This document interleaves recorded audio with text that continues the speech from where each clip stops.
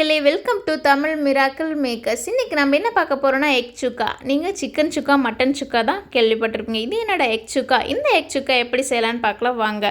இதுக்கு தேவையான இன்க்ரீடியன்ட்ஸ்லாம் என்னென்னு பாருங்கள். 1 டீஸ்பூன் அளவு மஞ்சள் தூள், 1 டீஸ்பூன் அளவு மல்லித்தூள், 1 டீஸ்பூன் அளவு கறி மசால் தூள், 1 டீஸ்பூன் அளவு மிளகாய்த்தூள், 1 டீஸ்பூன் அளவு மட்டன் மசாலா, 1 டீஸ்பூன் அளவு சிக்கன் மசாலா, கொஞ்சமாக கறிவேப்பிலை, கொஞ்சமாக கொத்தமல்லி வாஷ் பண்ணி கட் பண்ணி வச்சுக்கலாம், 1 டீஸ்பூன் அளவு இஞ்சி பூண்டு பேஸ்ட், ஒரு ஸ்மால் வெங்காயம் கட் பண்ணி வச்சுருக்கேன், 4 முட்டை வேக வச்சு எடுத்து வச்சுருக்கேன். இப்போது வேக வச்ச முட்டையை நாம் அந்த எல்லோ கருவை ரிமூவ் பண்ணிவிட்டு ஒயிட் லேயர் மட்டும் எடுத்துக்கலாம். மஞ்சள் கருவை எடுத்து நீங்கள் தனியாக வச்சுக்கலாம். உங்களுக்கு தேவையான முட்டை நீங்கள் சேர்த்துக்கலாம். நான் 4 முட்டை தான் எடுத்திருக்கேன். ஒயிட் லேயர் மட்டும் இந்த மாதிரி பீஸாக கட் பண்ணி வச்சுக்கணும். இங்கே பாருங்கள், இந்த மாதிரி கட் பண்ணி வச்சுக்கலாம். இப்போது எக் சுக்கா செய்கிறதுக்கு தேவையான பொருட்கள்லாம் ரெடியாக இருக்குது. இந்த பொருட்கள்லாம் வீட்லேயே இருக்கும், ஈஸியாக செய்யலாம். இப்போது பேனில் ஆயில் சேர்த்துக்கலாம். ஒரு 5 டேபிள் ஸ்பூன் அளவு ஆயில் சேர்த்துக்கோங்க. கருவேப்பிலை போட்டுக்கலாம் கொஞ்சமாக.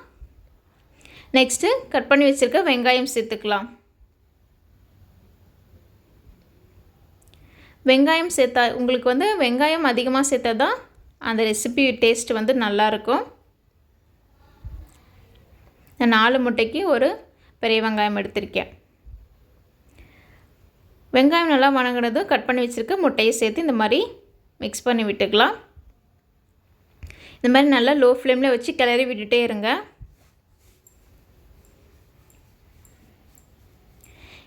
நெக்ஸ்ட்டு இஞ்சி பூண்டு பேஸ்ட்டு போட்டுக்கலாம்.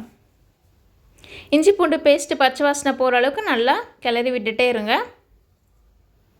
நல்லா கிளறி விட்டுட்டு 1 டீஸ்பூன் அளவு மஞ்சள் தூள் சேர்த்துக்கலாம். அது கூடவே 1 டீஸ்பூன் அளவு மிளகாய் தூள் சேர்த்துக்கலாம். நான் காஷ்மீரி மிளகாய் தூள் சேர்த்துக்கிறேன். 1 டீஸ்பூன் அளவு mutton masala, chicken masala, 1 teaspoon அளவு மல்லித்தூள், கறி மசால் தூள். நான் காரம் எக்ஸ்ட்ரா வேணுங்கிறதுக்காக பெப்பர் ஆட் பண்ணிக்கிறேன். நீங்களும் வேணும்னா பெப்பர் ஆட் பண்ணிக்கலாம்.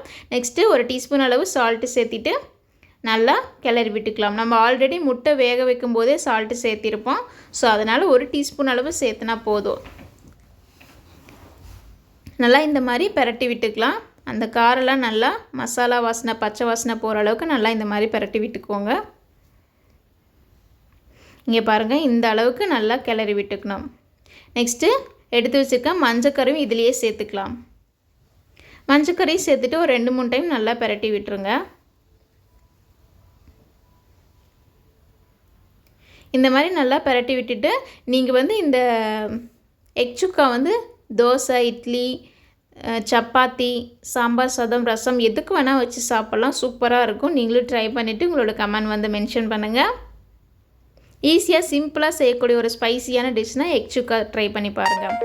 நெக்ஸ்ட்டு கருவேப்பிலையை பொடி பொடியாக கட் பண்ணி இந்த மாதிரி ஆட் பண்ணிவிட்டு, கொத்தமல்லியும் இந்த மாதிரி பொடி பொடியாக கட் பண்ணி ஆட் பண்ணிவிட்டு ஒரு 2-3 டைம் பரட்டிட்டு ஸ்டவ் ஆஃப் பண்ணிடுங்க.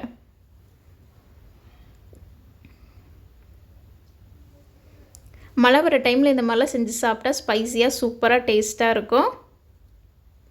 நீங்களும் ட்ரை பண்ணி பாருங்கள். எக் சுக்கா சூப்பராக ரெடி ஆகிருக்கு.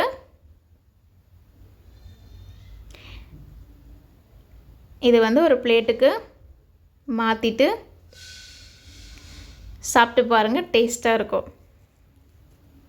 எக் சுக்கா ரெடி ஆகிடுச்சு. இந்த வீடியோ உங்களுக்கு பிடிச்சிருந்தா நம்ம சேனலில் லைக் பண்ணுங்கள், ஷேர் பண்ணுங்கள், மறக்காமல் சப்ஸ்கிரைப் பண்ணுங்கள், பெல் ஐக்கானையும் கிளிக் பண்ணுங்கள். தேங்க்யூ.